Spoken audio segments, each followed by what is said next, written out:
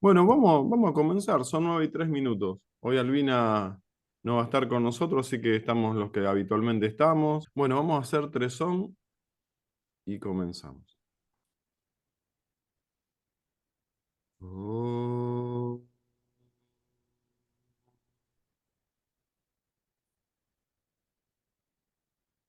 oh,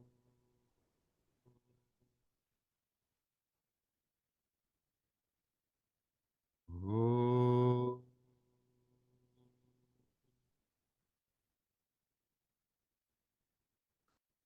Buen día, Zairam. Bienvenidos somos todos a este nuevo círculo de estudios, continuando con el texto Yoga Vasista. Hoy pensaba, ¿cuándo lo vamos a terminar? Quizás a fin de este año lo podríamos llegar a culminar y después, bueno, Dios dirá con qué seguiremos. Hoy vamos a leer Irrealidad de la creación. Sigue esta charla entre Basista y Irama. Se incluye acá la historia de la ninfa, de la roca, que ya venía hablando y va a seguir hablando, y todas estas alegorías y parábolas que no hacen más que enseñarnos y enseñarnos para que despertemos. Página 523. Y realidad de la creación. Vamos a leer casi 4 páginas. Y dice así: no hay una diferencia esencial entre el estado onírico y esta creación de la vigilia. Lo que llamamos sueño es la percepción inmediatamente anterior al despertar. Lo que llamamos estado de vigilia es la percepción que brotó en el origen de la creación del mundo. Por consiguiente, la percepción de la existencia del mundo solo es un sueño largo, completamente vacío.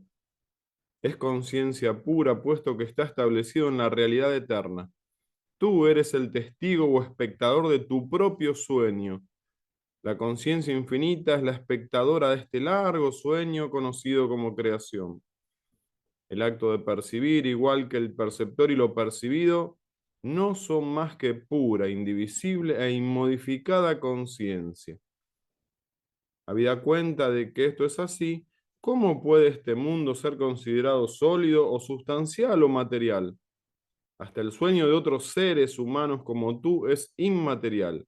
¿Cómo podría el largo sueño de la infinita conciencia que carece de forma tomar una forma? No puede ser otra cosa que el Brahman increado. Brahma insistió con cierta curiosidad.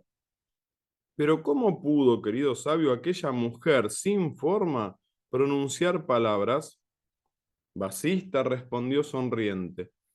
Es evidente que los que solo poseen un cuerpo sutil o mental no pueden pronunciar palabras audibles. Si eso fuera posible, las conversaciones de los sueños serían escuchadas por los que duermen cerca del que está soñando. Lo que vemos y oímos en un sueño solo es una ilusión que se produce en la conciencia, pero lo que percibimos en el estado de vigilia no es completamente distinto de lo que percibimos en un sueño. En el estado de vigilia, las ideas que aparecen en la conciencia están revestidas de una apariencia sólida y material, pero esto es otro juego de la conciencia. Las semillas de las experiencias pasadas están en la conciencia y hacen brotar nuevas experiencias, que unas veces son idénticas a las anteriores y otras algo diferentes. Los mundos que brotan de estas semillas no son conscientes unos de otros. En el curso de la vida de este mundo soñado, los demonios son aniquilados por los dioses y siguen en este estado onírico. Como no son iluminados, no pueden alcanzar la liberación. Pero puesto que no son insentientes, conservan la conciencia y no se transforman en materia inerte. Por consiguiente, viven en un mundo onírico con un cuerpo mental o linga yarira. Lo mismo ocurre con los seres humanos que no consiguen alcanzar la liberación. Su mundo, su vida y su mentalidad son como los nuestros, y para ellos nosotros existimos como objetos soñados y viceversa. Los otros seres animados, aunque también son objetos soñados, son considerados por ellos como seres reales. como los objetos que aparecen en mis sueños son considerados reales por mí. Estas creaciones oníricas parecen existir también en el estado de vigilia, a causa de la naturaleza de la conciencia infinita. Su realidad, empero, solo es Brahman. Todas las cosas existen en cualquier parte y en todo momento como la conciencia, pura e indivisible, pero no son nada y por consiguiente nada puede ser destruido realmente. En el eterno espacio de la conciencia infinita, Chida Kaya, hay infinitas mentes e infinitos mundos en ellas.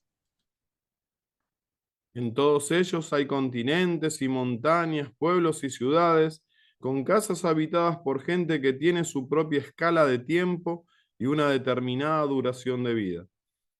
Cuando estos Shivas llegan al final de su vida, si no han sido iluminados, continúan existiendo en el espacio de la conciencia, Chida Kaya, y creando sus propios mundos soñados. En su interior existen otros Shivas y otras mentes y otros mundos en los cuales hay más Shivas hasta el infinito. Esta apariencia ilusoria no tiene principio ni fin. Es Brahman y solo Brahman. En todos esos objetos, querido Rama, no hay más que conciencia. Este universo solo es conciencia. ¿Cómo es posible sostener entonces que hay incontables mundos que parecen existir en la mente de los ignorantes? Como te iba diciendo, aunque aquella dama solo tenía un cuerpo sutil o mental, entabló una conversación conmigo. Un poco sorprendido de su presencia en aquel recóndito e inaccesible lugar, le pregunté: ¿quién eres, bella señora? Y aquel ser celestial me contestó. Y acá empieza la parábola, historia de la dama o ninfa de la roca. En un rincón de este vasto universo, sagrado sabio, está el mundo en donde vives. Allende los límites de ese universo hay unas montañas llamadas Loca Loca. Esta región goza de todas las posibilidades climáticas y minerales que puedas imaginar. En una parte de ella solo viven seres humanos, en otra solo viven los dioses, en otra viven duendes y seres longevos. En estos montes hay zonas muy luminosas y otras completamente oscuras, campos muy fértiles y áridos desiertos, ciudades muy pobladas y áreas deshabitadas por completo. Yo habito en una sólida roca situada en la vertiente nororiental de esta cordillera. El destino me ha condenado a vivir en el centro mismo de esta pesada roca. Llevo viviendo aquí innumerables siglos con mi esposo. Hasta ahora no hemos sido capaces de alcanzar la liberación por culpa de nuestro intenso deseo sexual, kama, y de nuestra mutua e insuperable atracción. El destino de nuestros hijos es semejante al nuestro. Mi esposo es un brahmana de nacimiento. Puede permanecer siglos sentado en una silla. Es un brahmacharya, educado y perezoso. Vive en soledad y no siente ningún deseo de placer. Como esposa suya, llevo una vida aburrida y miserable, pero no puedo prescindir de él ni un momento. Voy a contarte cómo me convertí en su esposa. Cuando era joven estuve a punto de alcanzar el despertar interior y él deseaba tener una mujer que le ayudara en su vida espiritual. En realidad, yo nací de ese deseo, para ser una criatura mental que desempeñara el papel de su esposa. Crecí hasta convertirme en una mujer joven y hermosa. Disfrutaba oyendo buena música y me distraía de muchas formas. Cuando llegué a una edad en que mi cuerpo resplandecía de belleza y juventud, mi esposo seguía en estado de profunda meditación durante largos periodos o se ocupaba de ritos y ceremonias religiosas sin ocuparse para nada de mí. No solo tengo que soportar a mi esposo, sino los tres mundos que alimentan su interior. No consumó nuestro matrimonio y aunque yo ardía de deseo hacia él, y era lo más anhelada en este mundo. Mis criadas hacían todo lo posible para consolarme, pero sus esfuerzos solo servían para aumentar mi deseo y mi angustia. Me pasaba los días llorando sin poder contener mi amor. A mi alrededor había hermosas flores y bellos jardines, pero a causa de mi sufrimiento, para mí solo eran como cenizas inservibles, yaciendo en lechos cubiertos de guirnaldas de flores. Para provocar mi dicha, mi juventud se desgastaba inútilmente en la sequedad y el vacío. Después de mucho tiempo, aquel apego que sentía por mi esposo se fue transformando en desapego, y la pasión me abandonó por completo. Mi esposo envejeció, pero seguía en soledad con un desprecio total hacia los placeres sensibles. Siempre estaba en silencio. ¿De qué me servía la vida? Llegué a considerar que la viudedad, la muerte, cualquier enfermedad o las peores calamidades eran preferibles a un esposo de aquella naturaleza, porque la mayor bendición y felicidad de una mujer es tener un esposo joven que sepa disfrutar de la vida y sea dueño de una conducta dulce y agradable. Una mujer cuyo marido no quiere disfrutar de la vida queda frustrada. La inteligencia que no se cultiva es destructiva. La riqueza que cae en manos de la gente débil es para ellos una desgracia. La mujer debe ser fiel a su marido y no prostituirse, según es costumbre entre la buena gente. Ese es el comportamiento inteligente, dotado de dulzura, nobleza y ecuanimidad. Si el marido y la mujer sienten cariño uno hacia otro, ni las enfermedades, ni los contratiempos, ni las peores calamidades pueden alterar sus mentes. La mujer que no tiene marido o tiene un esposo de mal carácter ve los jardines más bellos como pestilentes ciénagas. Pero una mujer puede abandonarlo todo por una razón u otra, menos a su esposo. Ya ves, sagrado sabio, en qué estado de desgracia he vivido durante todos estos años, pero ahora he conseguido el desapego y solo tengo un deseo, recibir tu instrucción para poder alcanzar el nirvana. La muerte es preferible a la vida para aquel que ve frustrados sus deseos. Tiene el corazón agitado y camina lentamente hacia la extinción y la muerte. Mi esposo también desea alcanzar el nirvana. Está en esfuerzo permanente para controlar la mente con la mente. Señor, despierta el autoconocimiento en nosotros dos con tus palabras llenas de sabiduría. He alcanzado el desapego por la falta de interés que mi esposo demostró hacia mí durante tantos años.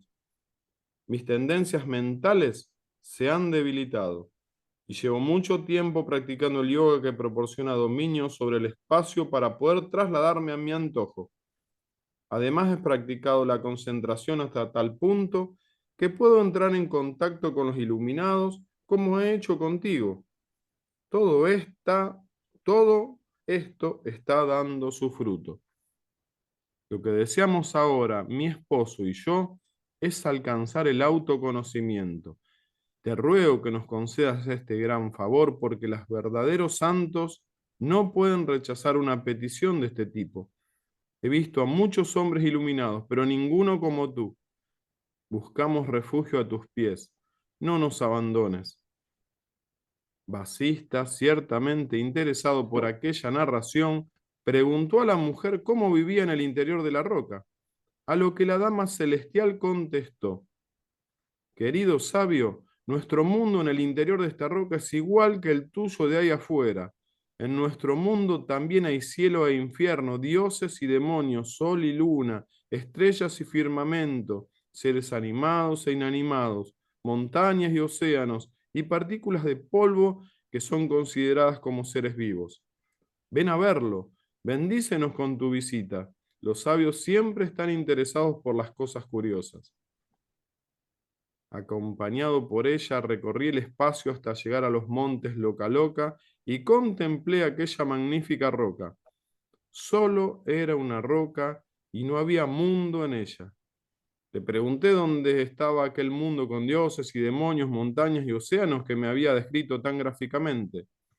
La dama me respondió: ahora veo, querido sabio, que lo que antes veía sobre la roca solo estaba en mi interior. Creía que percibía todo esto por su repetida proyección en mi mente, pero ahora que no pienso en ello, La percepción de todas esas cosas ha desaparecido. En ti ha cesado el sentido de la dualidad hace mucho tiempo y no alimentas ideas falsas sobre el mundo objetivo. En este momento mi prolongada ilusión se ha despejado en mí misma por la percepción de la realidad y ya no veo con claridad aquel mundo objetivo que creía ver en esta roca. La presente comprensión de la verdad es tan intensa que la pasada ilusión se ha debilitado hasta casi desaparecer. Acá vamos a hacer un corte en el día de hoy. Va a seguir esta historia. Muy interesante, Marco Erice, muy interesante. Podemos dividirlo en dos partes, lo que hemos leído hoy, pero como vas a tener al cierre también, expresate sobre lo que sientas, Marco querido. Aum Sri Sairam. Eh, Efectivamente, el texto es muy profundo, tal como dices, y voy a dedicarme a la primera parte del texto, no a la parte, digamos, del diálogo entre la mujer y Vasishta. En todo análisis, según lo que he aprendido del Vedanta, igual que se hace en la metodología de la investigación científica, es necesario analizar qué se quiere decir con lo que se dice.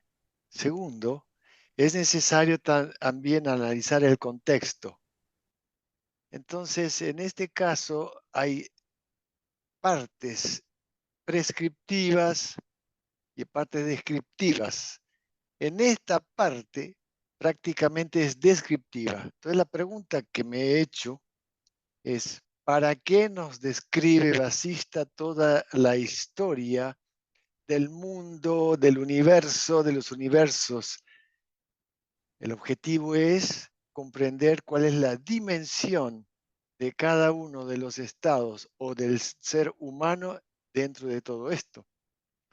Entonces aquí hace una analogía, sobre todo en la primera parte y luego la voy a leer, entre el rol del ser humano en sus tres estados, en el estado de la vigilia, en el estado del sueño y en el estado del sueño profundo. Teniendo eso como marco de referencia, dice lo siguiente: no hay diferencia esencial entre el estado onírico y esta creación de la vigilia. ¿Okay? Luego dice, lo que llamamos sueño es la percepción inmediatamente anterior al despertar. Entonces aquí ya nos remite a nosotros, en nuestro rol humano, que cada uno de nosotros experiencia. O sea, cada uno de nosotros tiene su sueño y al despertar el sueño desaparece. A veces recordamos ese sueño y de alguna manera algunas imágenes o sonidos aparecen en el estado de vigilia. Pero aquí viene algo interesante y es que el estado de vigilia también es un sueño. El asunto es desde dónde. Entonces aquí también como humano a veces dicen, che, mirá, lo parece que estuviera soñando a alguien que está con su cuerpo, físicamente hablando, presente, pero su mente está fuera del aquí y ahora. Y la persona está soñando, es decir, vive su mundo del chitakaya por más que su cuerpo esté en el estado del bhutakaya. El sueño diurno le llama Marcos, ¿no es cierto? Muchas veces Sí, el vasista sueño a la diurno. Sí, vigilia. ajá. Pero el asunto es lo que tú acabas de decir. ¿El sueño de quién? Entonces Bien. aquí Vasista dice, lo que llamamos sueño es la percepción inmediatamente anterior al despertar. Pero lo que llamamos estado de vigilia es la percepción que brotó en el origen de la creación de este mundo. Por lo tanto, esto es fundamental, entender que cuando algo brota, analógicamente hablando, así como nosotros brota inmediatamente el estado de vigilia luego del sueño, y el sueño nada más que la percepción anterior al estado de vigilia, lo repite Basista en otros lugares, que es que que el estado de vigilia viene a ser la percepción que brota en el momento de la creación. Entonces la pregunta es, el estado de vigilia para que pueda existir tiene que haber luz. Entonces lo que aparece desde la conciencia infinita es esa primera vibración que llamamos Brahma o diferentes nombres, pero es luz proyectada en forma de sueño. Entonces, para la conciencia infinita, la creación es un sueño de la misma manera que para el individuo que está en estado de vigilia es un sueño.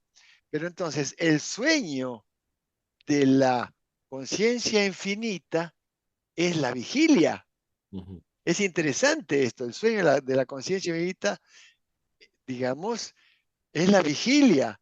Por consiguiente, la percepción de la existencia del mundo solo es un sueño largo, completamente vacío, desde la conciencia infinita.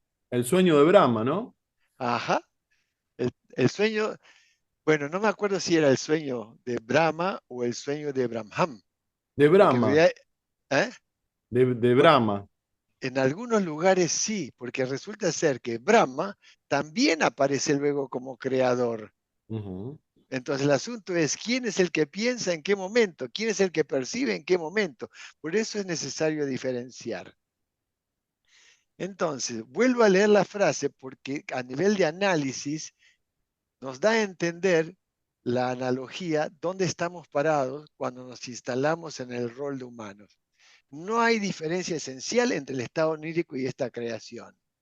¿Ok? Habla de la creación de la vigilia. Lo que llamamos sueño es la percepción inmediatamente anterior al despertar. Lo que llamamos estado de vigilia es la percepción que brotó en el origen de la creación del mundo. Por consiguiente, la percepción de la existencia del mundo solo es un sueño largo, completamente vacío.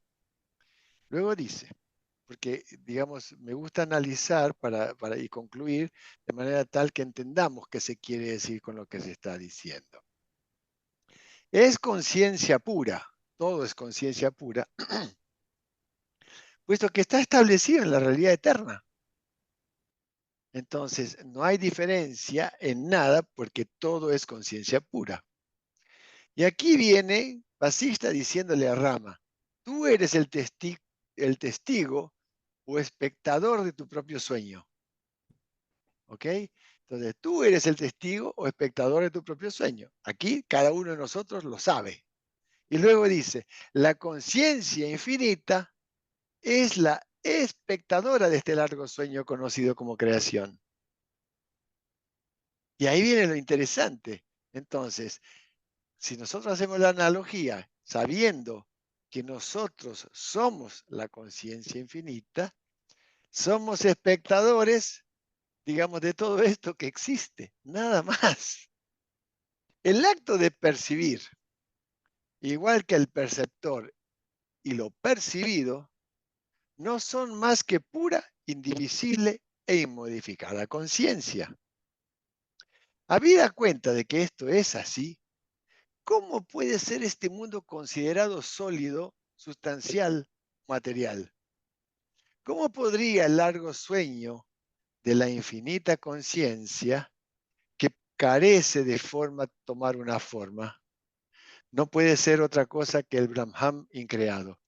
Aquí hago lo que conversabas tú conmigo, Horacio, la observación, que en realidad es el sueño, el largo sueño de Brahman, o sea, la infinita conciencia.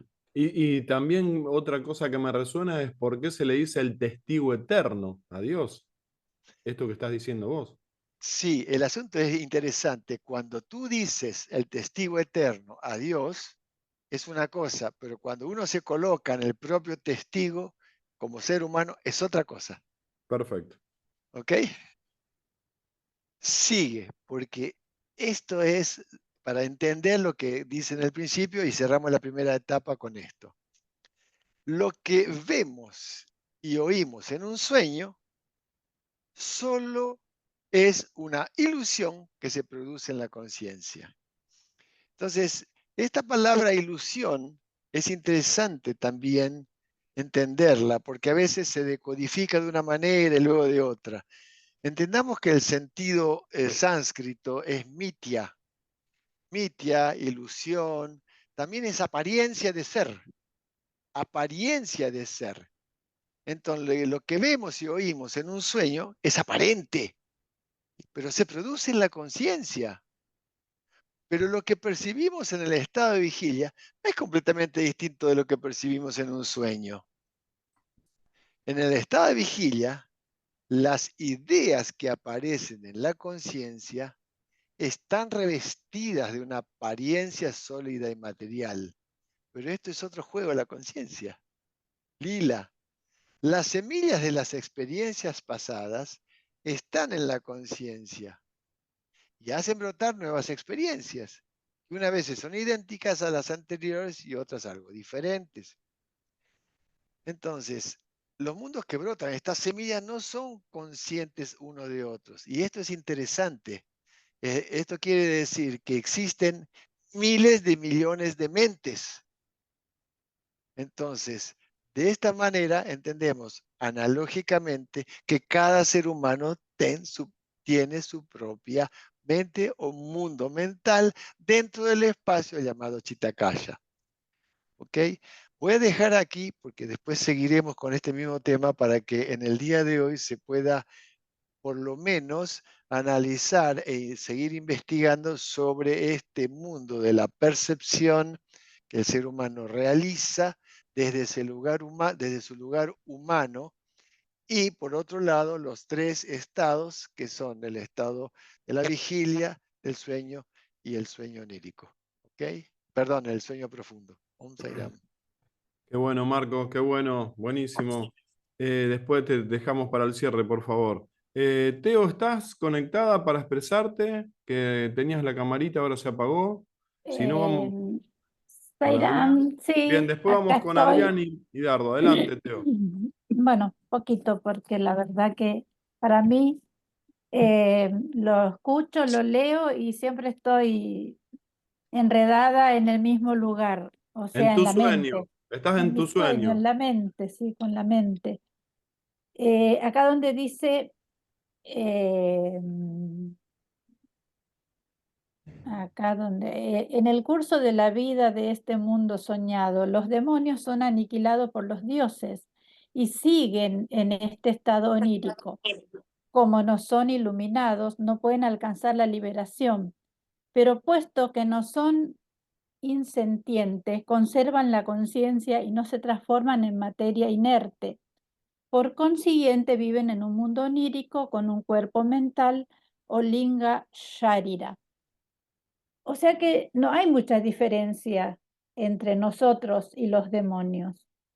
Es toda nuestra mente, para mí. Nosotros nos creemos diferentes de los demonios, los vemos diferentes y ellos nos ven diferentes a nosotros. Está todo dentro de nuestra mente. Y por otra parte, acá donde dice, he alcanzado el desapego por la falta de interés de mi esposo, por la falta de interés que mi esposo demostró hacia mí tantos años. Mis tendencias mentales se han debilitado y llevo mucho tiempo practicando el yoga que proporciona dominio sobre el espacio para poder trasladarme a mis antojos. O sea, cuando Swami nos dice en los mensajes, en tanto de los mensajes que él nos dice, por ejemplo, en uno de ellos dice, te he separado de tus padres eh, cuando eras chico por tu propio bien. O sea, todo sucede por algo y siempre va a ser para un progreso espiritual.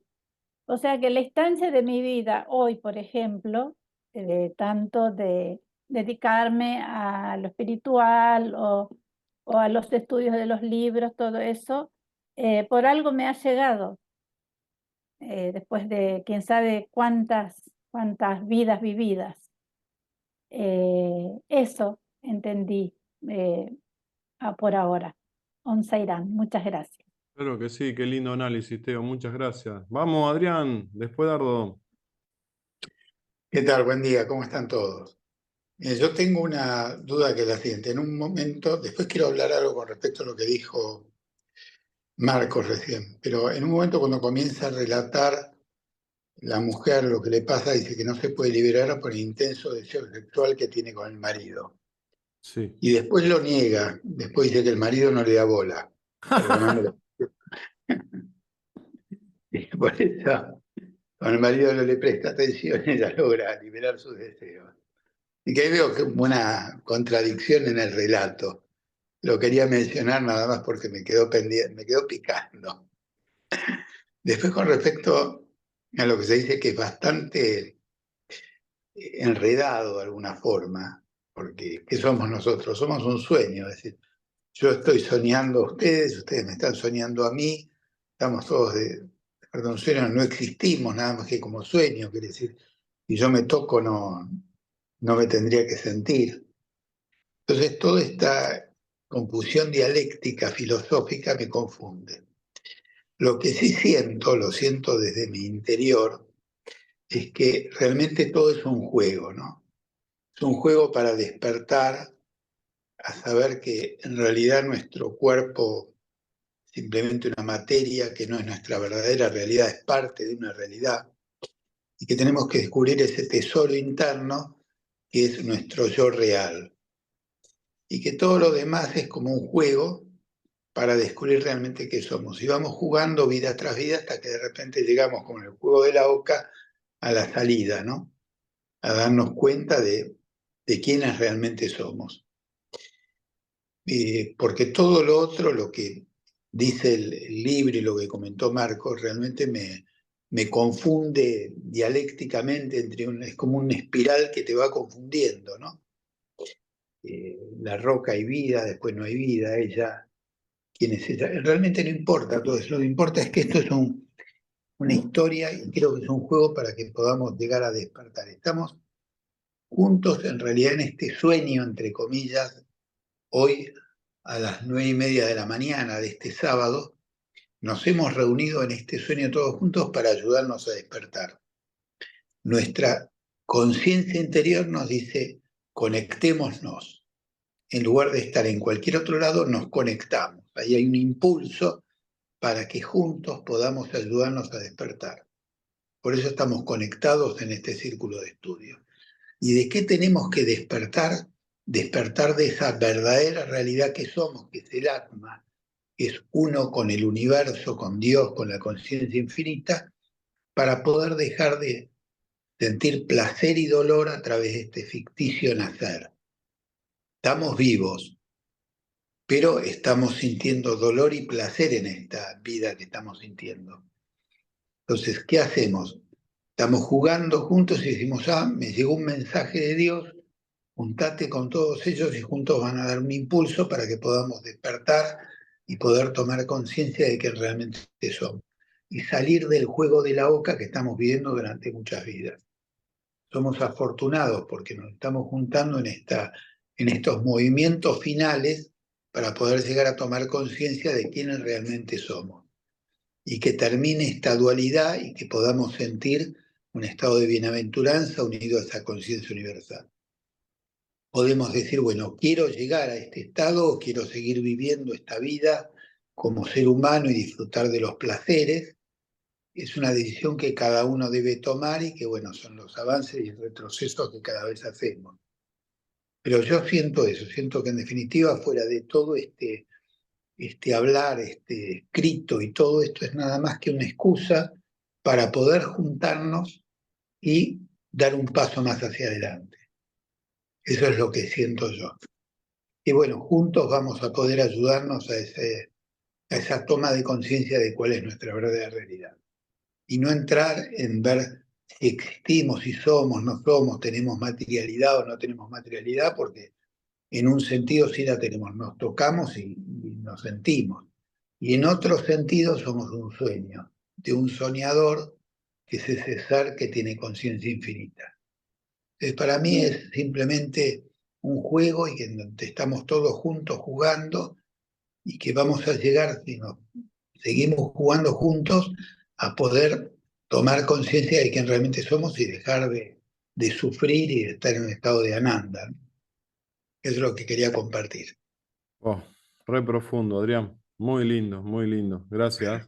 Zaira, muy feliz. Dardo, querido. Bueno, buen día a todos.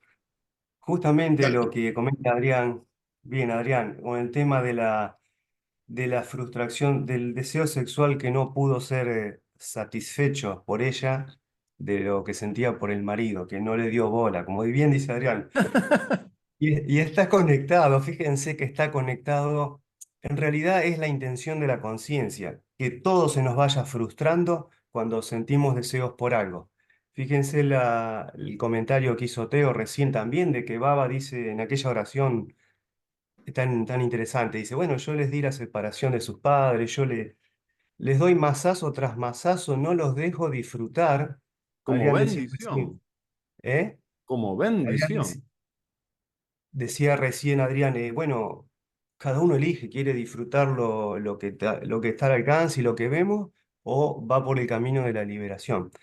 Y como es lógico, si uno tiene un poco de discernimiento, lo va a ver, que termina frustrándose todos los deseos de uno, cuando encima, peor aún, espera los resultados o tiene esperanza por lo que va a cosechar, que justamente es lo que tenemos que soltar y dejárselo a Dios, a Brahman, a la conciencia. Es decir, seguimos el juego del Shiva, del individuo, pero con esa conciencia de que somos la conciencia y no, y dejar esto todo a un lado, los resultados de nuestras acciones.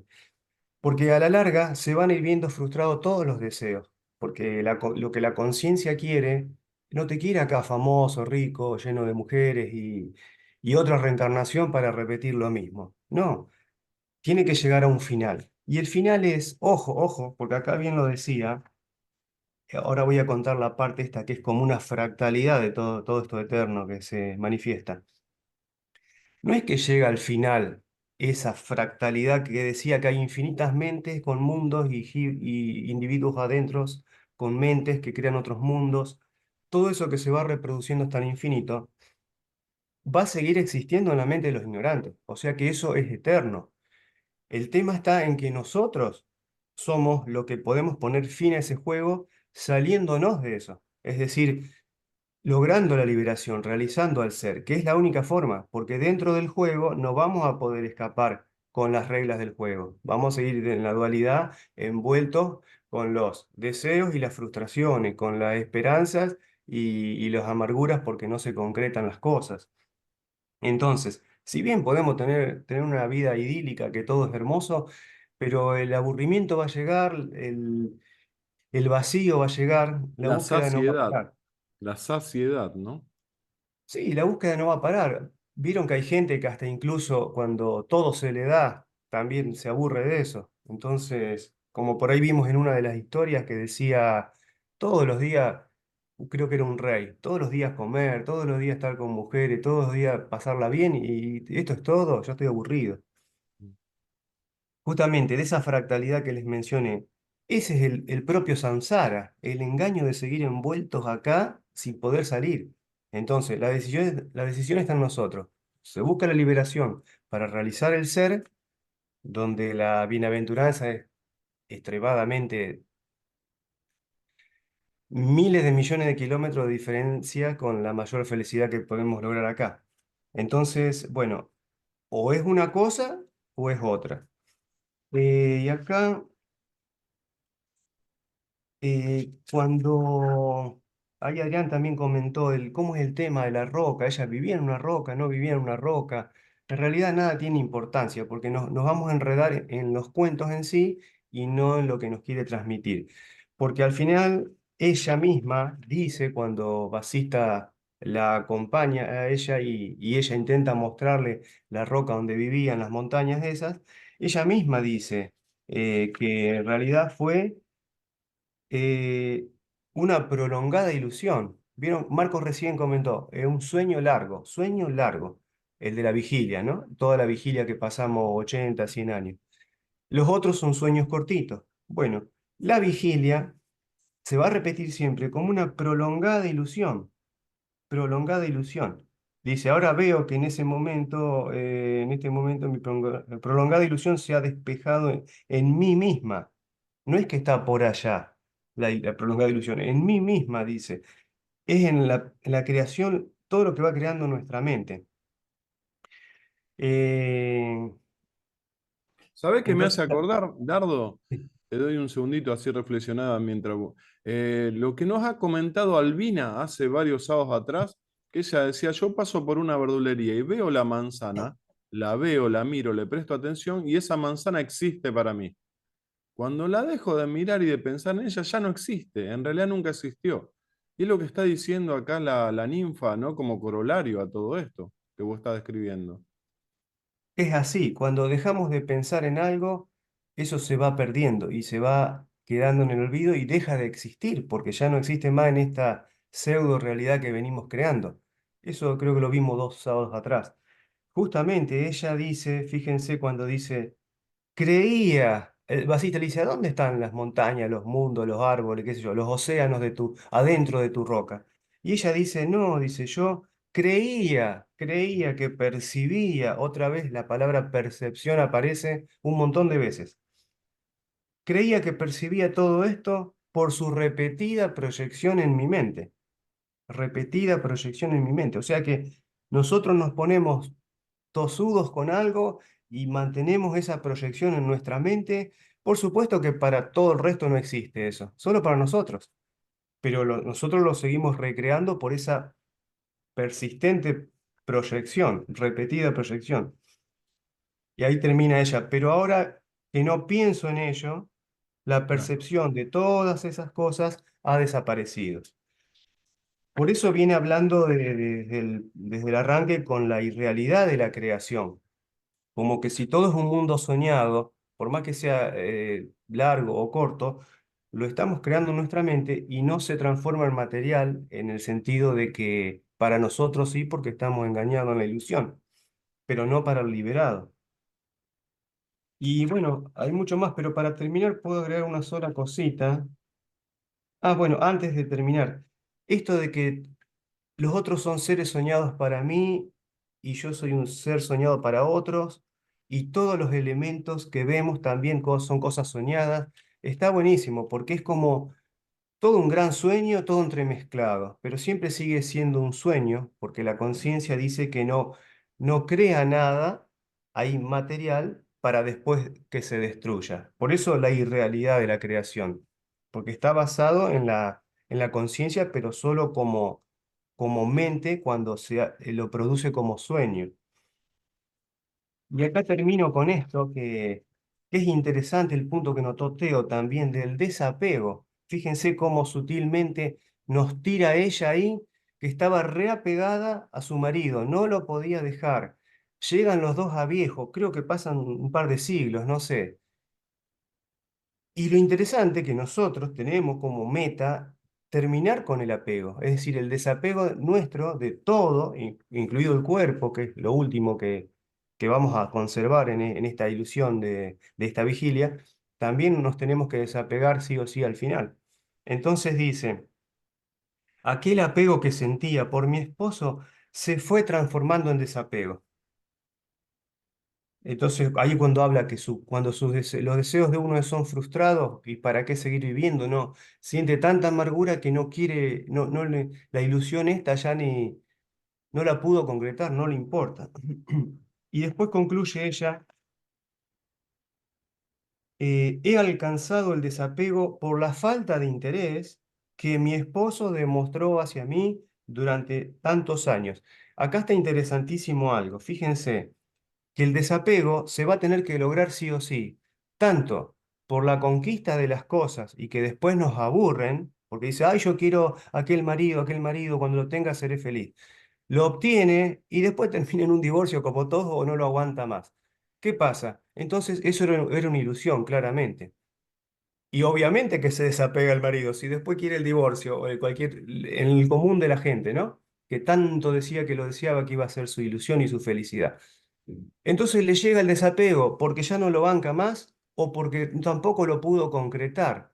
Cuando algo como esta mujer ya no lo pudo tener a su marido, dice, por la falta de interés que mi esposo demostró hacia mí. Es decir, esa ilusión que está inalcanzable para uno viviendo acá en la dualidad, uno la empieza a olvidar porque a lo largo de los años, tarde o temprano, algo que no se pudo alcanzar y queda desestimado, ¿no? Porque nos hacemos viejos, porque eh, hay ciertas enfermedades o hay habilidades que creíamos que teníamos y no las tenemos para alcanzar a ser Messi, qué sé yo.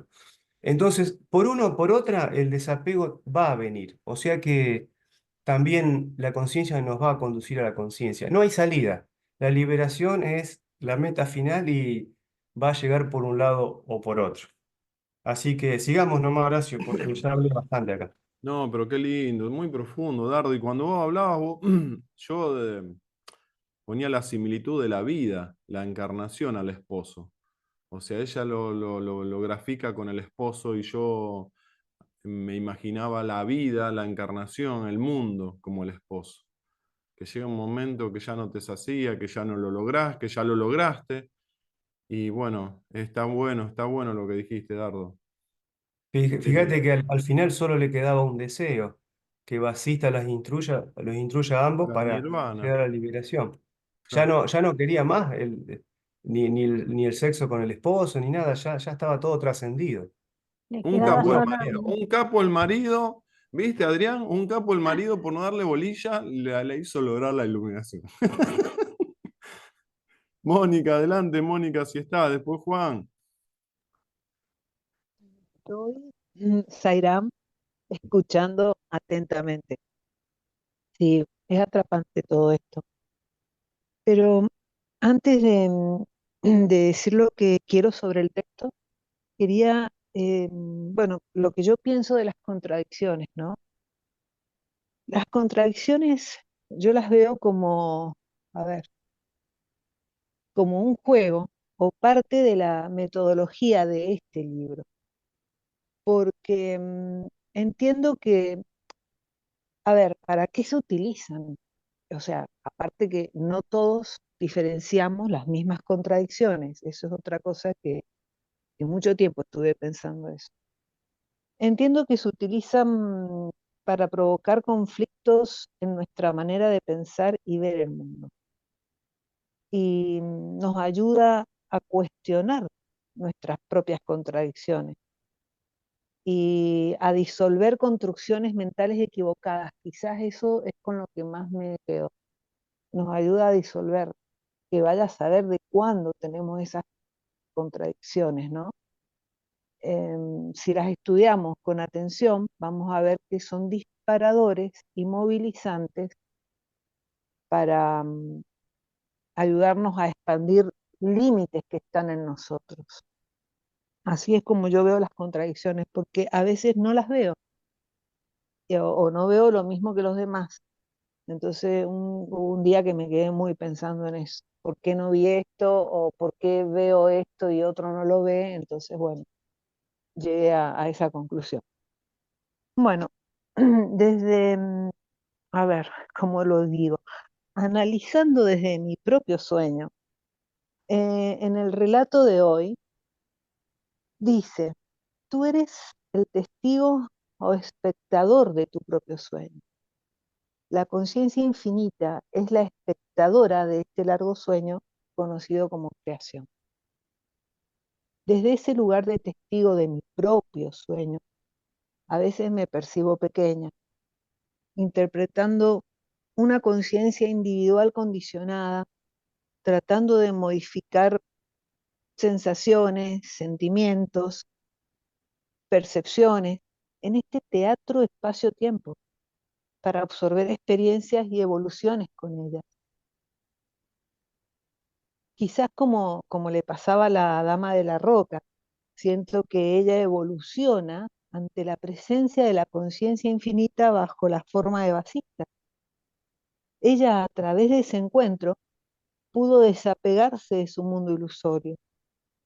Dice, la presente comprensión de la verdad es tan intensa que la pesada ilusión se ha debilitado hasta casi desaparecer. Y no dejo de preguntarme, ¿qué grado de intensidad tienen estos encuentros?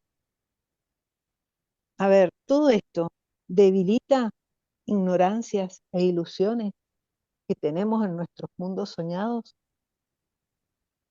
¿Estamos haciendo el esfuerzo correcto o estamos viviendo experiencias repetidas?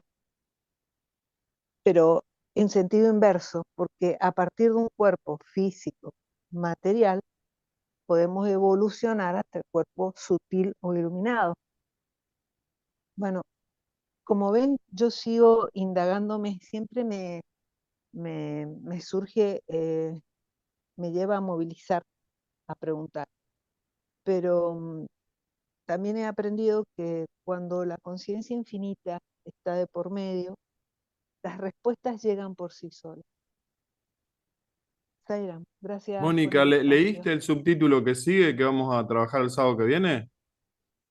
El que sigue dice sobre el esfuerzo práctico, todavía no lo leo. Hoy No, lo voy a bueno, pero leer. justo lo que estás anticipando, el esfuerzo correcto, la Viasa.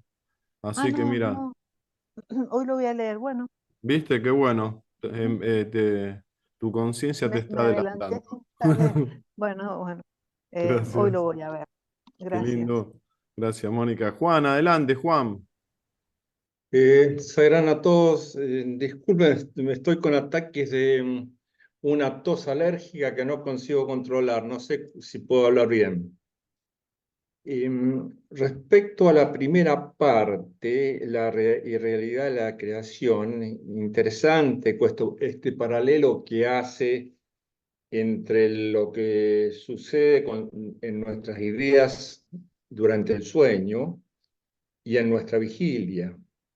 Y como bien lo analizó Marco y después Mónica, desde el punto de vista del Jiva, el Jiva es el espectador de su propio sueño.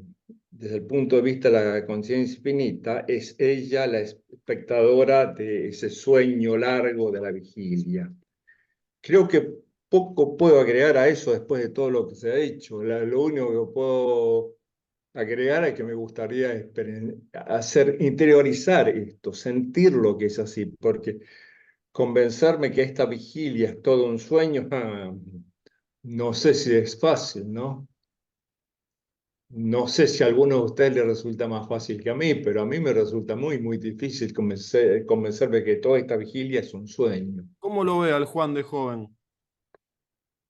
¿Existió? Y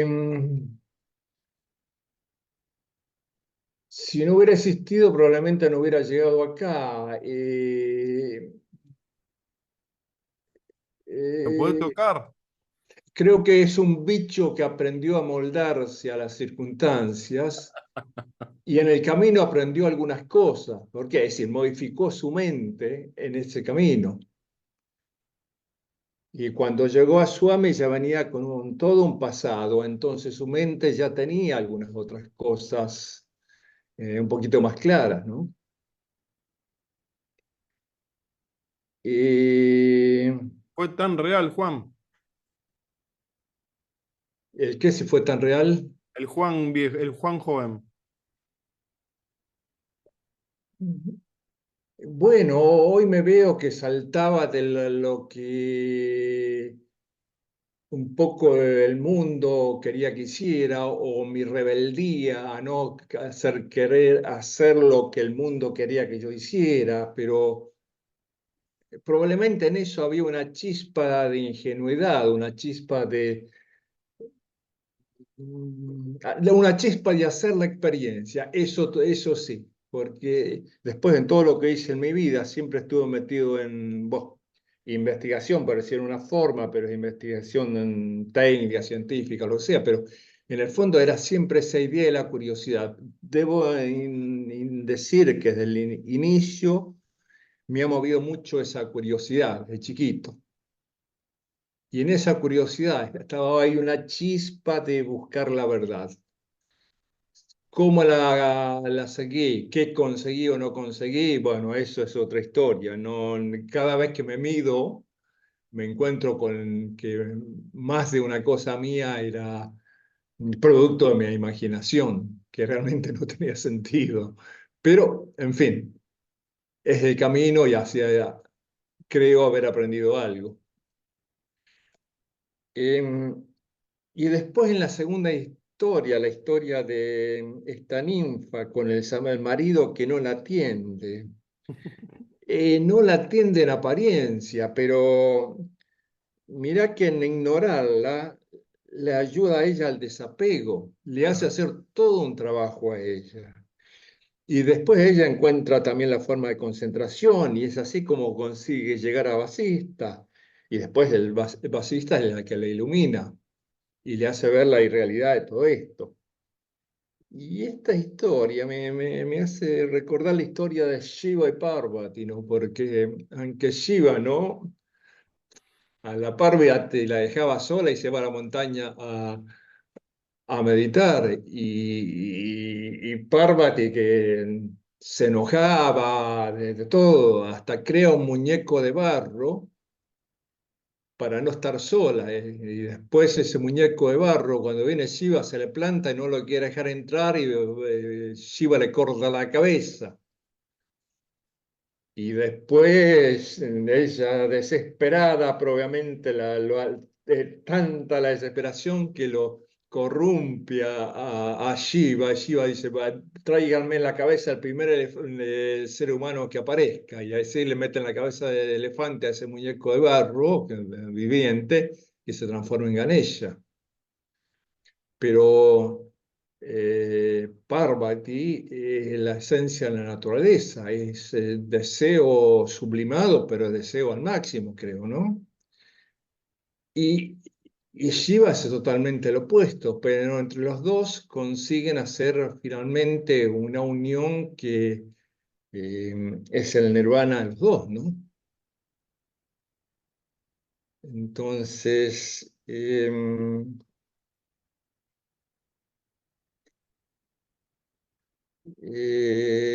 creo que es interesante que el nudo de toda esta creación, de toda esta discusión es cómo entender, cómo ponerse enfrente a ese sueño de la vigilia, porque el sueño sí, más o menos lo entendemos, sí, fue solamente un sueño, pero mirar todo esto que nos pasa o que hacemos que pase o lo que sea, y, entender que solamente, no entender, asimilar, interiorizar que solamente es un sueño de la conciencia divina, que es una manifestación más, que no tiene ninguna realidad. Yo la veo difícil, ¿no? Difícil, difícil. Sairam. Por eso estamos acá, Juan querido. Un abrazo. Andrea. Bueno, buenos días a todos. La primera parte del texto, cuando habla del sueño, que desde un lado vemos que lo otro es un sueño, y cuando estamos soñando, la vigilia es un sueño. Está bueno el juego de palabras y todas las explicaciones que da, pero en el ejemplo de la ninfa es donde lo entendí mejor.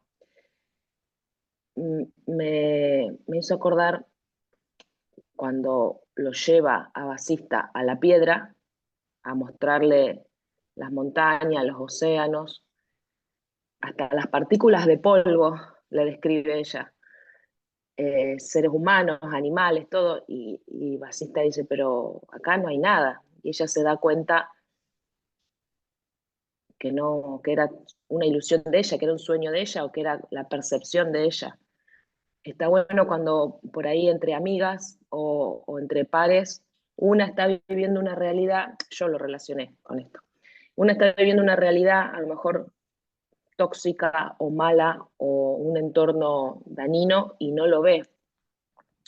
Me pasó hace poco una amiga por ahí que estaba viviendo situaciones de violencia con la pareja, no física, no solamente la violencia física, y ella no lo veía. Y otra amiga dice, pero mirá que hace esto, vos dejás de hacer esto. Y cuando uno está en un entorno o en un sueño y no lo ve, y otro, por empatía, por cariño, o porque es el maestro que tenía que aparecer en ese momento, lo hace ver de otra forma, uno como que le cae la ficha y me gustó ese ejemplo en la historia, que el ponerse en el lugar del otro o no quedarse con la seguridad que desde donde yo estoy, esta es la realidad. Como cuando Marcos dice, fijarse bien desde dónde estamos diciendo lo que estamos diciendo, porque la realidad en este momento es esta, pero y todo lo demás está bueno desde ahí, desde el ejemplo ese.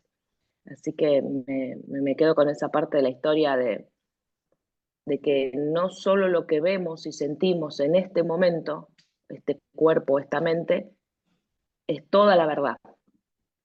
Siempre estamos, nuestro ego y nuestros sentidos físicos nos hacen ver solo una parte de la historia. La otra no la estamos viendo, las otras no la vemos con estos ojos. Así que ahí está, me parece, la base de la entrega y el empezar a desapegar, a no tener deseos, pero bueno, no, la base de la entrega y de la fe en Baba en este caso, me parece que es el secreto. Zairam. Qué lindo, muchas gracias, Andrea, muchas gracias. Mira, si podés expresarte, por favor. Sí, claro, buenos días, Zairán, a todos. Esta maravillosa historia me mueve muchas reflexiones, en especial que somos luz en medio de la luz, somos despertar en medio del sueño. Este sueño me recuerda el sueño de la semilla enterrada bajo tierra, que pasan meses, días y días y parece que no pasa nada, y de pronto un día se transformó en una hermosa planta llena de flores y frutos. Como a través del silencio, de la reflexión, las fuerzas internas van despertando y mostrándonos lo que realmente somos. Y la analogía de la roca, también al igual que Juan, me recordó el tema de Shiva y Parvati, todos los esfuerzos que tuvo que hacer Parvati para lograr que Shiva se fijase en ella y se casara con ella al principio, y luego una vez después de casados, ella tenía que volver a la tierra, cumplir su función, y él también la suya como conciencia y ella como actividad. Y si lo traemos al mundo de la naturaleza, dentro de esa roca que parece inerte, donde vivía la ninfa, están los átomos y los electrones, ¿no? Moviéndose y girando sin cesar, y también con las fuerzas de la naturaleza, cómo esa roca va cambiando y se va, digamos, erosionando y tomando distintas formas a lo largo de los siglos. Vemos cómo la conciencia es un cambio permanente, que no es otra cosa que luz. Si asumimos que nos hermana con la naturaleza en la que estamos todos inmersos, los átomos son luz, los electrones son luz, la misma materia es luz.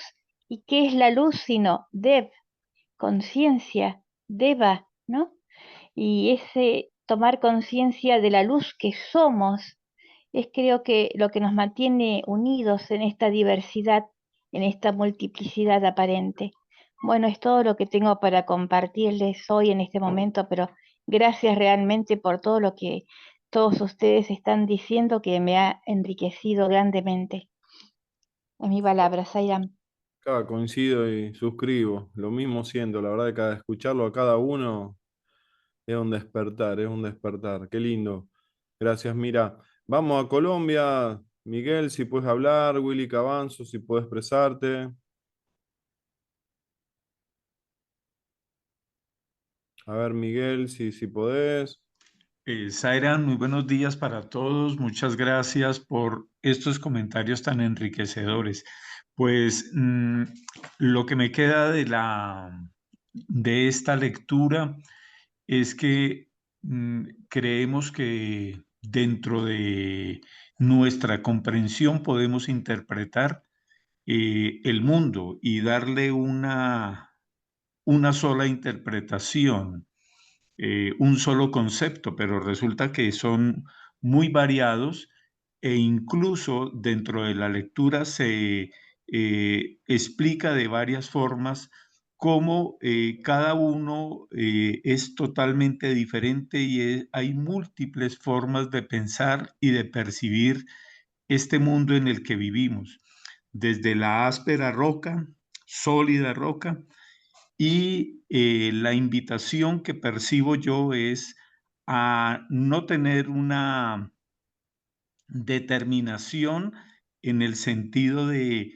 querer interpretarlo todo y decir que es de X o de Y forma, sino que ser un poquito tolerante y poder comprender todas las diferentes manifestaciones que hay en este mundo. Obviamente nosotros interpretamos y aceptamos al mundo en la medida en que aceptemos a los demás. Entonces allí el mensaje que percibí es que debemos aumentar nuestra tolerancia porque es una forma como de expandir nuestro amor y poder interpretar las múltiples formas que hay. Si aceptamos y tenemos esta tolerancia, podemos comprendernos mejor entre todos y pues no tratar de ser tan sectarios y de pronto adquirir enfermedades por ser tan rígidos como interpretamos el mundo. Entonces, es lo que me queda de esta lectura, ser un poco tolerante porque nada está definido, todo es múltiple y hay muchas formas de manifestación en este universo. Sairam. Qué lindo, Miguel, muchas gracias. Willy Cabanzo. Sí.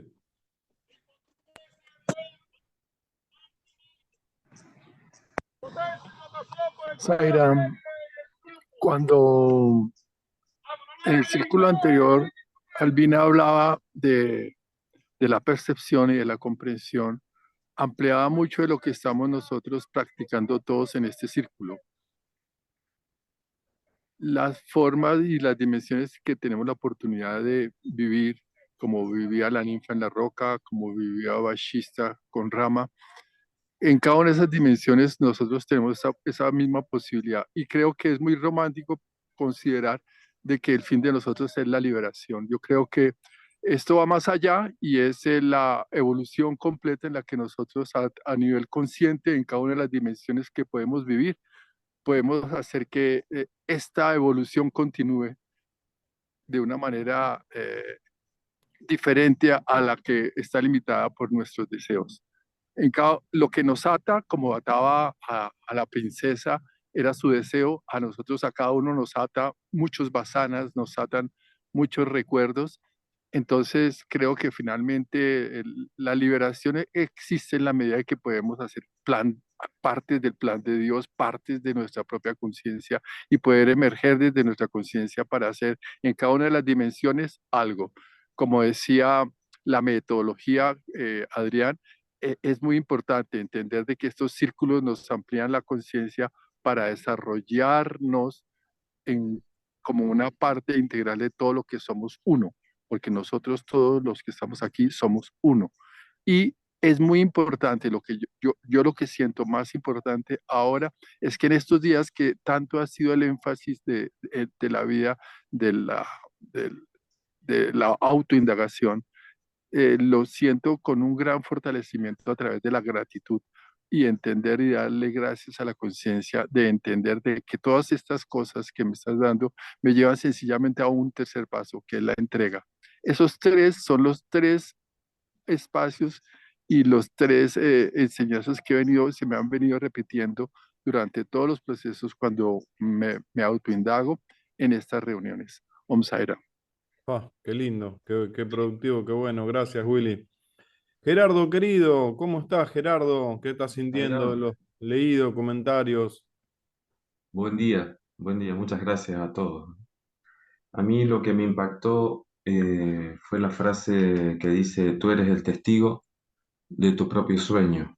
Y me quedé, escuché todo el resto, todo es muy fuerte, muy profundo, pero me quedé pensando cuáles son las características de ese testigo al que se refiere Vasishta en esta parte del libro, ¿no?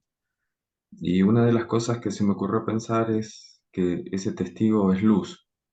Vale decir que cuando uno calla los sentidos, se pone o trata de entrar en un estado de silencio y de quietud y de calma y logra quietar esa mente y accede a ese silencio, tiene la posibilidad de, entiendo yo, acceder a ese testigo.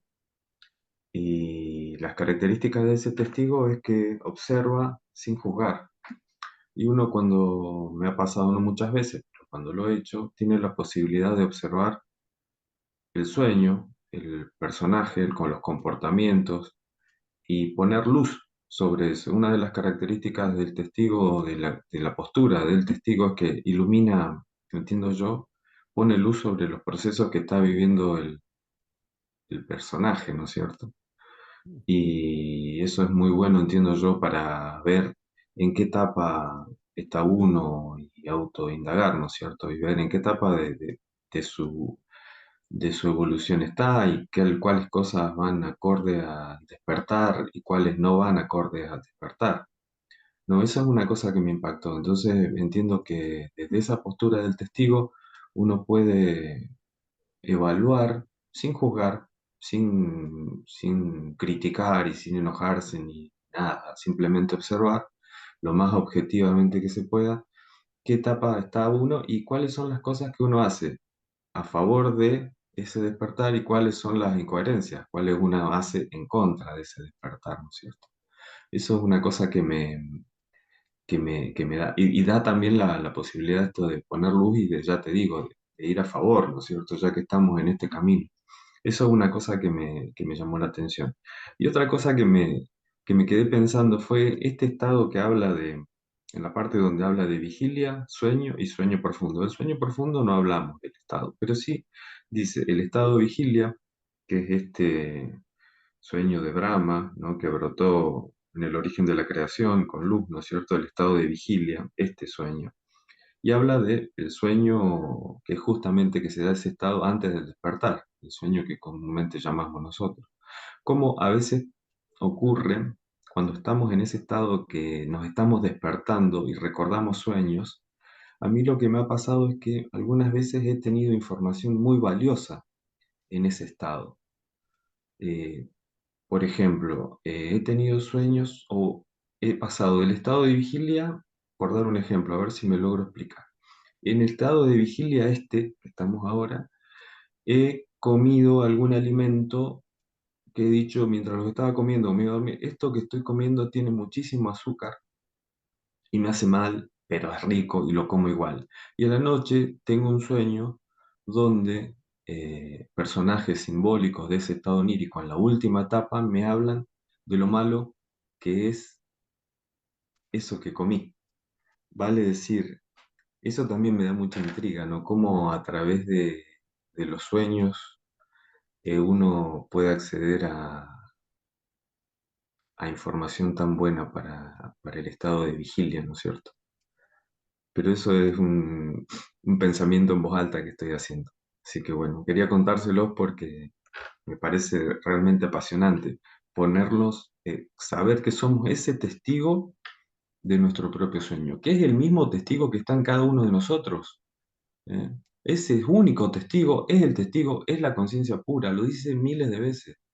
Pasa que ahí está, nosotros nos creemos este personaje, pero si descartáramos este personaje, es el mismo estado de conciencia pura que está en Dardo, en vos, Horacio, en todo ese único estado de conciencia, experienciando las cosas que Dardo quiere, las que Horacio quiere o no quiere, es el único testigo. Zaira. El tema, Gerardo, qué difícil es, ¿no? En un estado Sí, del Gerardo, del tal cual, personaje Gerardo nervioso, por ejemplo, tal futbolero, cual. ponerte en observador y ver la payasada que estás haciendo, ¿no? Al emocionarte para bien o para mal, ¿no? Absolutamente, pero a mí me ha pasado de llegar a Saiba, a Swami, con un estado muy culposo, muy de, ay, ¿por qué hice esto y por qué lo otro? Y me castigaba, y comprendí y pasé a un estado mucho más amoroso, mucho más compasivo y mucho más comprensivo también, y de mí y de los demás. Entonces uno creo que cuando, aunque sea un ratito o sea poco o lo que sea, va despertando. Yo creo que el despertar, uno de los aspectos de eso que llaman despertar, es tener una conciencia más amplia, una visión más abarcante. Qué sé yo, lo que hacéis a los otros me lo hacéis a mí, decía creo Jesús. Bueno, hay montones de aspectos por los cuales uno entiende que tiene que bajar un cachito el ruido de la mente y acceder a ese silencio. Y sí, es complicado, porque uno tiene un montón de cosas grabadas a fuego que en el camino espiritual las tenés que descartar, ¿viste? Y estaban grabadas afuera como sentencias, y ahora te diste cuenta que no sirven, que no funcionan, que no es así. Ya Y no no te porque lo hacen hizo un bien, maestro, no te sino porque hacen lo bien. experiencié. Zaira. Qué lindo, Gerardo, qué lindo todo, che, qué bueno. No se han expresado y le doy pie para el que quiera, Guillermo, Andrés, Eva, Julio, Claudio. Bueno, siéntanse cómodos, libres de expresarse. Eh, ¿Quiénes? Los que no se han expresado, si quieren expresarse, antes del cierre de Marquito Erice. Zairán, Adelante, Eva. buenos días, hermanos. Buenos días. Con esa lectura, bueno, también he pensado que acerca de los deseos, antes de conocer la palabra desapego, para mí los deseos se cumplían y deseos que tampoco no se podían cumplir, quizás por algunas situaciones de voluntarias o también por falta de interés. Pero ya cuando hemos llegado a comprender lo que tenemos que desapegarnos de los deseos, realmente es que hay que poner nuestro esfuerzo. Y para eso cada día siempre se nos presenta y el esfuerzo está en nosotros para poder desapegarnos. Y de esa manera también ir con la dualidad. A veces todo pensamos que todo está bien, todo está mal. Entonces hay que dejar esto un poco más conscientes en nosotros para poder ir saliendo de la dualidad y del desapego. Zairán. Oh, esfuerzo en desapegarnos de los deseos. Un título para un libro. Qué grande, Eva, muchas gracias. Marlene, no sé si querés decir algo. También acá, bueno, Claudio pasaba, Andrés pasó, Julio recién se conecta. Si no, pasamos al cierre de Marco Erice. Bueno, Marco, adelante, Marco. Qué lindo hoy el círculo.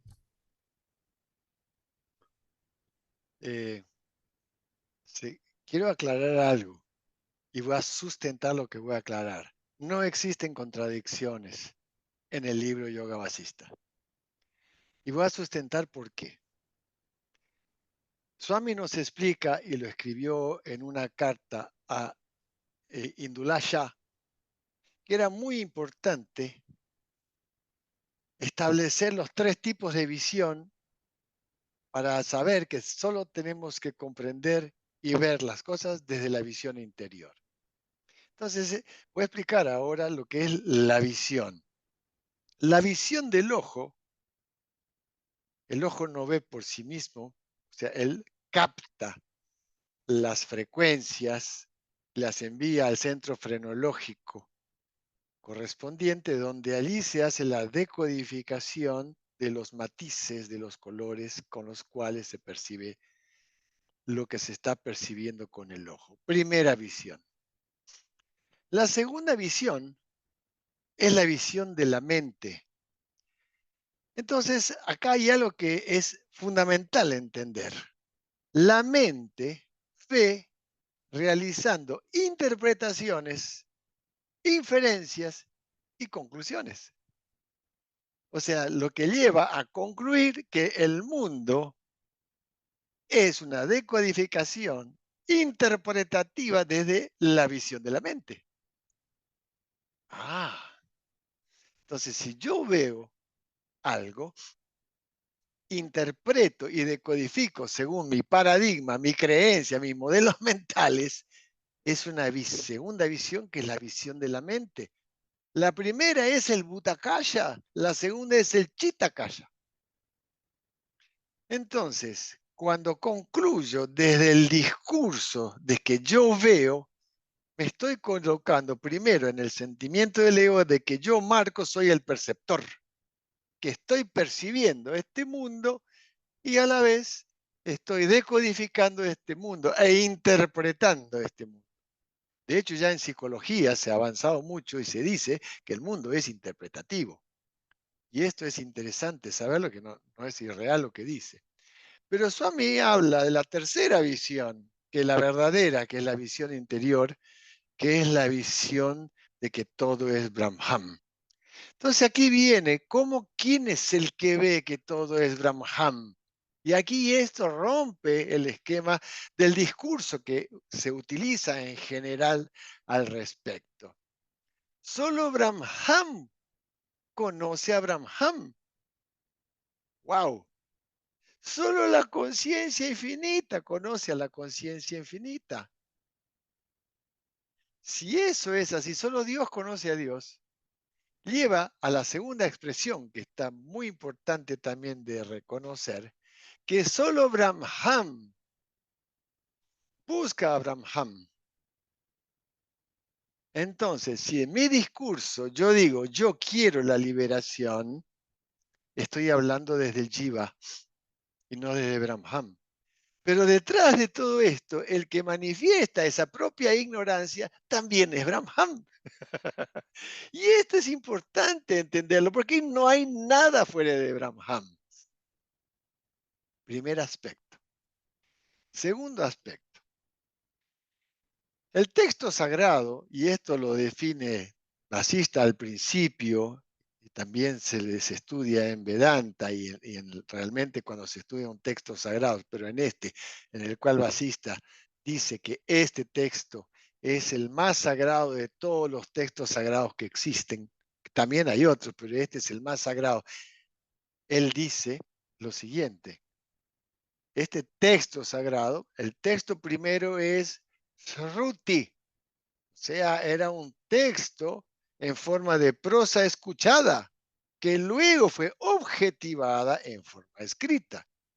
En este caso, esta naturaleza, en este libro específico sagrado, esto es un itihasa. Dentro de los libros sagrados hay diferentes, están los Vedas, las Upanishads, los Puranas y los Shastras. Pero también están dentro de todo esto otros que se llaman los itihasas. Dentro de este contexto, cuando estudiamos este libro sagrado, la palabra que está escrita no me dice lo que yo estoy interpretando y decodificando. Porque el objeto en sí mismo, el texto en sí mismo, es aparentemente inerte si es que no tuviera él mismo la conciencia infinita como underground, como subyacente. Porque el objeto en sí mismo, que es el objeto de deseo, no es el objeto en sí tal como el ser humano lo interpreta o decodifica. Y ahí viene el problema. Sino que el objeto en sí existe, es objeto. O sea, existe desde el principio como objeto. El problema pasa cuando proyecto sobre ese objeto algo que es, por un lado, vamos a ir por el lado del deseo. No es el objeto la causa del deseo. Es mi memoria que proyecta el deseo sobre ese objeto, porque si el objeto fuese en sí mismo, por ejemplo, un coche, el que produce el deseo, ¿por qué razón produce el deseo en uno y rechazo en otro o indiferencia en un tercero? Entonces no pasa por el objeto, sino por la proyección que realizo sobre el objeto. Desde el punto de vista del análisis del discurso escrito, la contradicción existe en mi mente, no en el texto. Y esto es fácil de entender. Cuando lo leo por primera vez, una palabra me dice algo. Pero no es la palabra que me dice algo, es lo que yo coloco sobre la base de lo que tengo en mi memoria, sobre el objeto o palabra, lo que me dice algo. Resulta que después de haberlo estudiado 10 veces, el significante, que se es la palabra, pasa a tener un significado diferente para mí.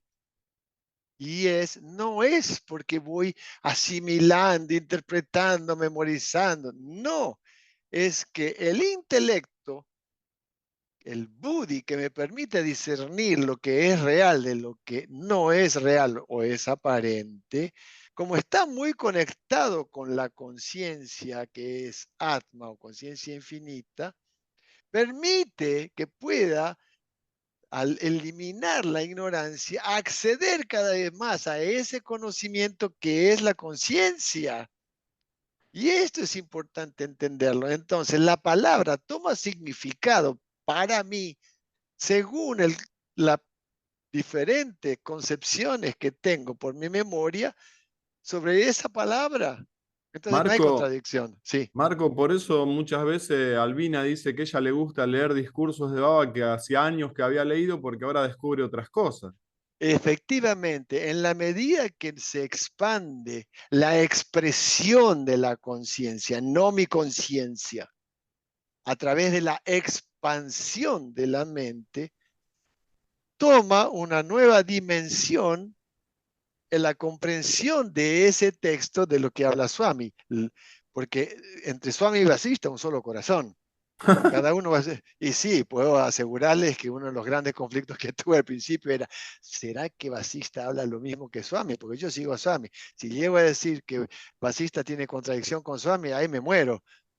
Pero después, bueno, Swami le dio el libro a Pablo, ¿no? Entonces ya me quedé más tranquilo. Digo, no, si Swami da algo es porque sabe que el conocimiento que expresa ese texto sagrado permite a la persona ir eliminando su ignorancia. El gurú, en este caso que es el texto sagrado, es el disipador de las tinieblas, no el dador del conocimiento. Es el disipador de la tiniebla que existe en la mente. Por eso Swami dice, expandan la mente, no el corazón. Hay que expandir la mente, el corazón ya está, es. Entonces, ¿qué quiero decir con esto? Que no existe contradicción en el texto. El texto nos enseña, el asunto es cómo decodifico, interpreto aquello que el texto dice. Y eso permite de saber en qué estado de progresión estoy respecto del autoconocimiento, que es el objetivo final de todo esto. Porque el objetivo es el autoconocimiento. Asista, apunta al autoconocimiento. Cuando yo hablo de liberación, que me voy a liberar, estoy pensando desde el jiva porque yo me creo limitado. Y es así, entonces es mi creencia limitante que me lleva a percibir que yo me tengo que liberar.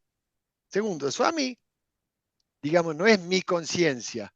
Cuando en el discurso define desde el punto de vista antropológico el conocimiento que tiene la persona respecto de la ciencia o del conocimiento.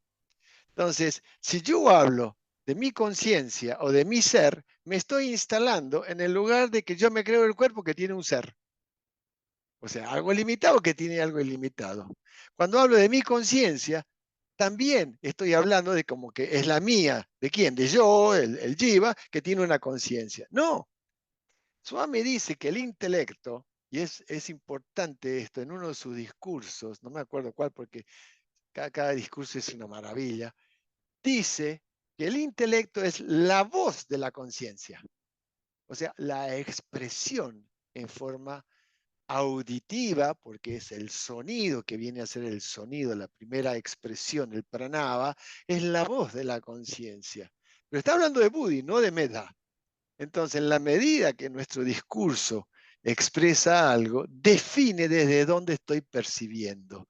Y dijimos desde el principio, todo es referencial. ¿Dónde me instalo para decir qué cosa? ¿Ok? Entonces, en la medida que yo modifique mi discurso, por más que no me la crea al principio, les puedo asegurar que funciona. Funciona porque Swami mismo lo dice. Si tú crees que eres Dios, terminas siendo Dios. ¿Pero por qué? Porque la mente no está separada de la conciencia. Pero en la medida en que voy a través del discurso hablado o pensado, porque está el discurso pensado también. El hablado es el manifiesto en el Bhutakaya, como Vak, que es la expresión de Sarasvati, Pero en la medida en que voy teniendo ese diálogo interno, la pregunta es, ¿con quién estoy dialogando? Con la voz de la conciencia. Y entonces, Swami dice eso, lo dice él. Y entonces digo, claro que es la voz, el sonido que emana de la conciencia a través del intelecto. Entonces, no es que el texto tiene contradicciones, son mis propias contradicciones las que se proyectan, porque todo es proyección sobre el texto. Jai Sairam. Qué bárbaro, Marco. Recién no me di cuenta, tenía el micrófono abierto y tarareaba la canción de lo que vos dijiste, la que dice Baba, si piensas que eres Dios, Dios eres, si piensas que eres polvo, polvo eres. Así como piensas, eso te vuelves, piensa en Dios, sé Dios. Esa canción la cantamos en el Centro SAI. Que esté muy bien. Adrián, ¿Qué tal? ¿Me escuchan? ¿sí?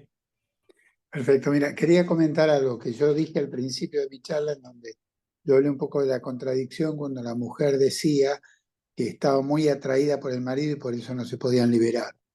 Hay una realidad que escuchándolo a Marcos me di cuenta. En realidad, ese era el comentario de la mujer, no del marido. Así que no es que sea una realidad absoluta, era la realidad que veía la mujer. El marido por ahí no tenía atracción por ella o estaba en otra instancia. Así que le agradezco a Marcos porque me hizo reflexionar sobre esto, que es que realmente no hay contradicción, es simplemente el pensamiento de la mujer. Y hay algo que también me acordé, que es lo siguiente: si nosotros repetimos como mantra, en base a lo que dijo Marcos, yo soy Dios, yo soy Dios, yo soy Dios, va a haber algún momento que nos vamos a dar cuenta y a realizar ese mantra. Es decir, porque, como bien lo dijo Marcos, si uno lo va repitiendo, se lo va repitiendo uno mismo, en algún momento quizás lo llegue a realizar. Entonces no está mal para mí el poder repetir yo soy Dios, no desde el ego, desde un lugar egoico, de decir, sino repetirlo como mantra. Yo soy Dios, yo soy Dios, yo soy Dios, y en algún momento quizás podamos ser eso que decimos que somos, ¿no? Que en realidad somos. Bueno, quería compartir esto y muy feliz de estar aquí con ustedes. Así será. Igualmente nos vemos el sábado que viene, uno ni Trescianti. Oh. Shanti, Shanti, Shanti.